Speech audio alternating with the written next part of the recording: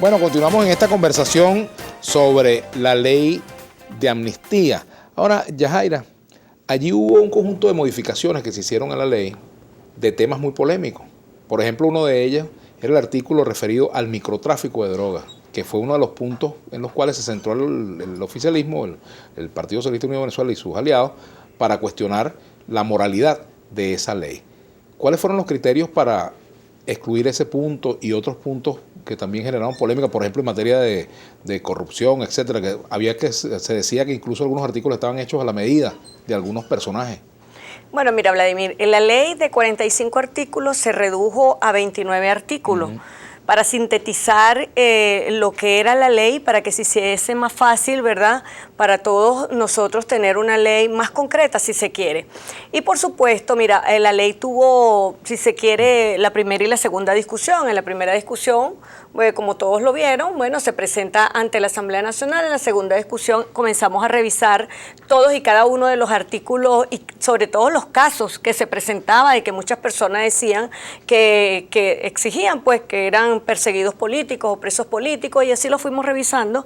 Y por supuesto que tuvimos que reducir los artículos, eliminar algunos artículos como el microtráfico, por, si se quiere, por dudosos motivos políticos. Entonces, todos esos casos que había alguna duda se eliminaron.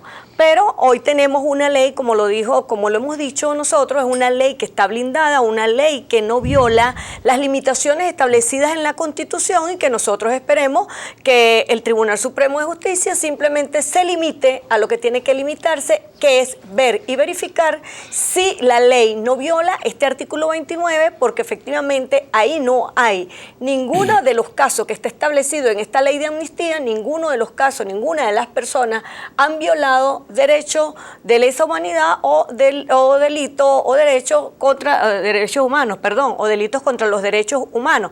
Entonces, nosotros lo que esperamos es que en los próximos días nosotros, los familiares de los presos políticos que tienen muy buena en estos momentos una gran esperanza de que se haga justicia. El abogado habla de la justicia. Doctor, le digo que injusticia es lo que ha habido en Venezuela durante estos últimos años, y que si nosotros queremos que haya reconciliación y paz, debe haber justicia.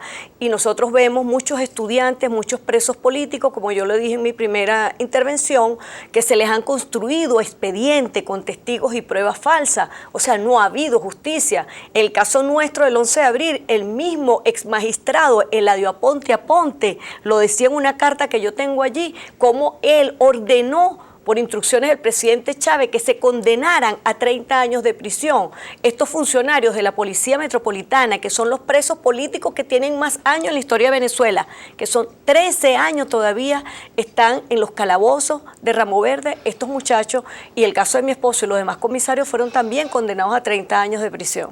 ¿Qué dice el doctor Silva? Mi planteamiento es un planteamiento de paz, un planteamiento de reflexión que va más allá de dividir el país entre chavistas y no chavistas.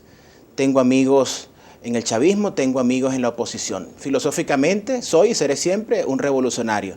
Yo quiero saludar gente de oposición vinculada a este tema sensible de los derechos humanos, como Boni Simonovic, con quien he tenido un trato muy amable, y conoce de mi posición vertical y apegada a la Constitución, que en su momento fui de los pocos chavistas que públicamente opiné por medidas humanitarias para el policía Iván Simonovic. De modo pues que no es un tema partidista. Por eso la posición que aquí planteamos, la posición de quien habla en este momento, es un planteamiento de mero derecho. Es decir, yo no estoy opinando sobre el expediente y sobre los acontecimientos de cada caso en particular, porque responsablemente debo decir, eso corresponde a los órganos de justicia, los órganos auxiliares de investigación penal, determinar la participación de cada individuo en estas posibles violaciones. Lo que sí debo decir que desde el punto de vista del derecho, si existen las violaciones, si se cometieron las violaciones, no pueden ser beneficiadas ni por indulto ni por amnistía. Entonces, la posibilidad de que el país se reconstruya en cuanto a la paz, la reconciliación, depende de que partes de un lado y del otro reconozcan el imperio de la ley, y que cuando se produzca un fallo, si en efecto se produce, yo no soy adivino para saber cuándo o cómo va a pronunciarse la Sala Constitucional, el bloque parlamentario de la oposición reconozca el fallo judicial y no quisiéramos ver este escenario indeseable de que entonces surja un desconocimiento de las leyes, un desconocimiento de la sentencia y digan que sencillamente se falsificó la justicia. Hay opiniones de lado y lado. Hay exfuncionarios de justicia que una vez que salen de sus funciones opinan desde Miami que los juicios fueron nulos, pero lo que no está dentro del expediente son sencillamente hipótesis. Hipótesis de funcionarios tal vez corruptos cuya apreciación debe ser sometida a investigaciones que no pueden dirimirse en el corto tiempo y en la premura de un programa de televisión. El diputado Mateus. Bueno, yo quiero insistir en lo que es el sentir de los venezolanos.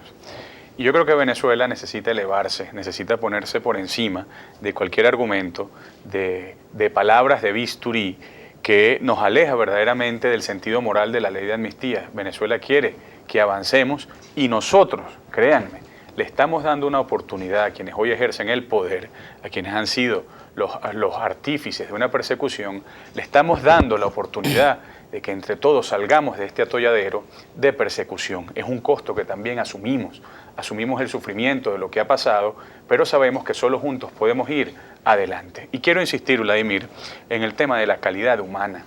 Hace falta calidad humana para que Venezuela pueda llevar adelante un proceso de perdón y de amnistía. Y esa calidad humana tiene que estar transversal, tiene que estar presente en todos los sectores. Y la verdad es que el oficialismo no ha dado ninguna seña cierta de calidad humana, de amor a la justicia y de misericordia, que es lo que nos pide el Papa, para que como país podamos pasar la página. Hay un asunto que me parece sumamente odioso, Vladimir, que es tratar de poner la amnistía como un asunto cualitativo, como que si fuese un asunto de cuáles venezolanos están a favor o cuáles venezolanos están en contra. Es un asunto moral y las verdades morales, los grandes temas de la justicia no dependen de la voluntad de la mayoría. Pero en tal caso, si quieren que nos hagamos mover en ese ámbito, la gran mayoría se expresó el 6 de diciembre y nos dio el mandato de la amnistía y de la reconciliación. Y el gobierno, el poder, tiene que entender ese mandato moral y de cambio que incluye la reconciliación. Bueno, tenemos que hacer una pausa. Por aquí dice Vida Inmobiliaria. Si todos hacemos lo que nos da la gana.